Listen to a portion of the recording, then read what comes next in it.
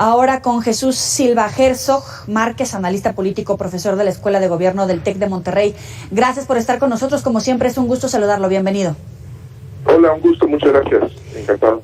Horas de la mayor importancia para la vida democrática de México, las que están por venir con motivo de este intento por prolongar el mandato del ministro de la Corte, Arturo Saldívar. Me gustaría platicar con peras y manzanas, ¿qué consecuencias puede tener esta definición política? Pues me parece gravísimo lo que estamos viviendo en estos momentos, porque el intento que surge de la mayoría en el Senado es de violar la Constitución. No hay mayor debate al respecto, no se puede discutir. El presidente de la Suprema Corte de Justicia, dice la Constitución, debe durar en su encargo 4 años. No puede una ley secundaria estar por encima de la Constitución, y el presidente de la República, la mayoría de los senadores de Morena, nos han dicho que no importa lo que diga la Constitución. Lo que escuchamos de ciertos diputados de Morena es que no les importa la Constitución, porque lo que les parece relevante es la lealtad que le tiene un juez al presidente de la República. Me parece francamente muy grave lo que estamos viendo, porque hay cosas en las que podemos discutir, hay asuntos en donde los abogados discuten, en donde hay interpretaciones que pueden ser subjetivas. En este caso no hay lugar para la discusión. El ministro Arturo Saldívar debe irse después de cumplir su 4º año. Punto. Si quiere modificarse esto, tendría que cambiarse la Constitución, no establecerse un artículo transitorio en una ley que no tiene ni siquiera un proceso de debate en el Congreso mexicano. Esto es realmente muy grave. Es difícil exagerar la gravedad de lo que estamos viviendo. Pero es real, es posible que este artículo secundario pase por encima de la Constitución. Mira, me parece que hemos vivido en los últimos meses un proceso de degradación institucional muy severa en el país. El hecho de que el presidente de la República diga hoy en la mañana, él considera que es constitucional este cambio, implica, pues en primer lugar, que no ha leído la Constitución, y en segundo lugar, que no le importa, que le parece más importante la confianza que él le tiene a una persona que lo que dice el texto de la ley suprema del país. Y lo grave es pues que hay muchos seguidores en Morena que están aceptando este argumento, que es un argumento, déjame decirlo en términos muy llanos, es un argumento dictatorial. El argumento en donde no puede haber confianza más que en ciertas personas, el argumento de que hay personajes insustituibles. Y eso es lo que nos dice el presidente y algunos seguidores de Morena, que nos dicen Arturo Saldívar es el único que puede procesar la reforma judicial. Bueno, cuando un país acepta ese argumento de que solamente hay una persona para llevar a cabo cambios políticos indispensables, es que no confía más que en los personajes providenciales. Eso no es compatible con un régimen democrático y con un sistema republicano. Y eso es lo que creo que está en juego en este momento. Afortunadamente veo que en Morena hay de pronto voces que se levantan para decir esto ya es demasiado.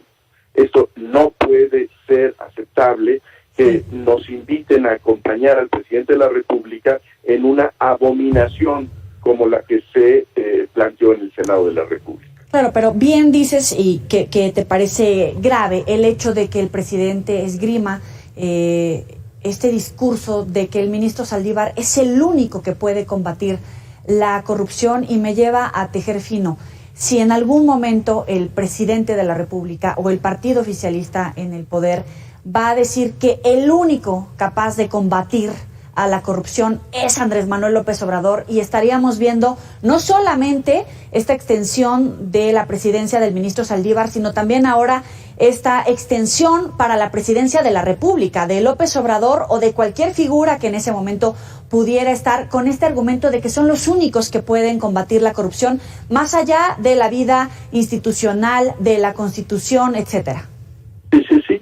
Yo creo que ese es el punto que estamos en este momento. Creo que lo que se ha expresado en estas horas es la lógica de la dictadura. La lógica de la dictadura es efectivamente esa. No hay más persona, no hay ninguna confianza que esté por encima de este personaje en particular. Porque si no está este personaje en particular, la República se viene abajo. Esa es la lógica de la dictadura. México no puede aceptar un argumento de ese tipo. México no puede tragarse la píldora que le está recetando Andrés Manuel López Obrador de que tenemos que violar la Constitución para que esté en la titularidad de un poder de la República una persona que a él le merece confianza. Lo que se tiene que hacer es respetar la ley y respetar la Constitución. Y si quien queda en la presidencia de la Suprema Corte de Justicia es una persona que no le merece confianza al presidente de la República, pues quizá es mejor, porque cumplirá de mejor manera el deber de ejercer sus responsabilidades como contrapoder a la presidencia de la República y no tener este presidente de la Suprema Corte de Justicia que quiere simplemente sintonizar con las políticas de Andrés Manuel López Obrador. Mencionamos la situación cuando se habla de que vamos en la ruta hacia una dictadura. La lógica que se expresó hoy en la mañana es la lógica de la dictadura. La lógica que se plantea en el artículo transitorio que prolonga anticonstitucionalmente el mandato del presidente de la Suprema Corte de Justicia es la lógica de la dictadura. Yo creo que hay que tomar nota de eso. Esto no es una trivialidad. Esto no es un asunto secundario. Esto es gravísimo lo que está pasando en el país. Y creo que el escándalo que está suscitando en la comunidad jurídica en el país, lo que está suscitando fuera de México, es para tomarse en serio. Esto es una transgresión a la Constitución como no conocíamos nosotros en muchísimo tiempo, que es la invitación a violar la Constitución porque al presidente le parece que merece la pena violarse la Constitución para poner en la presidencia de la Suprema Corte de Justicia a un hombre que es un subordinado del presidente López Obrador. Leyendo algunos textos encontraba esto que nos inquieta, ¿no? El silencio de Saldívar hasta ahora pues nos deja muchas dudas. Hablabas de la vacilación del juez frente a sus lealtades y sus ambiciones. ¿Qué se debería de esperar del ministro Saldívar? Bueno, yo creo que ya podemos esperar muy poco del ministro Saldívar. El ministro Saldívar debió de haber actuado en el momento en que se intentó establecer esta disposición grotescamente violatoria del orden constitucional. Debió de haber salido de inmediato para decir: yo no estoy dispuesto a participar en este proceso que pone en duda la independencia del Poder Judicial. Yo la verdad es que no creo que debamos poner nuestras esperanzas en Arturo Saldívar. Yo creo que ha pues mostrado el cobre, como se dice desde hace varios días. Había que esperar más bien el decoro de la Cámara de Diputados y simplemente la lectura de la Constitución, que lean lo que dice la Constitución y que en consecuencia actúen. Sí, pero me llama la atención que hay votos totalmente ciegos, totalmente lealtades a un hombre cuando se trata de legisladores, de diputados, de senadores, de gente que se supone que es elegida por el pueblo y que en tanto deben de responder al pueblo, no a un solo hombre, y que si ya tienen un voto estén totalmente ciegos y sometidos a la voluntad de una sola persona. Se habla mucho de un golpe de Estado. ¿Es así? ¿De ese tamaño? Yo creo que debemos llamarlo de esa manera. Creo que efectivamente es un golpe de Estado el hecho de que se vulnere el orden constitucional como intentó la mayoría en el Senado de la República. El hecho de que a través de un artículo transitorio, de una ley secundaria, se pretenda violar la Constitución para que permanezca en su puesto. Quien no debe permanecer en su puesto, pues es un golpe de Estado.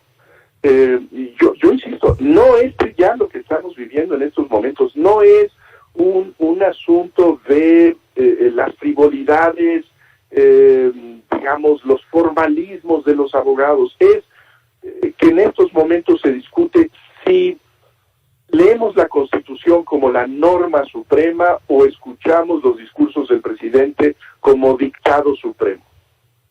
Yo espero que los diputados asuman que su responsabilidad, como juraron ellos al tomar protesta de la representación nacional, está antes con la Constitución y después con el líder de su partido. Jesús Silva Herzog Márquez, gracias por estar con nosotros aquí con el auditorio de Mega Noticias. Muchísimas gracias. Hasta luego.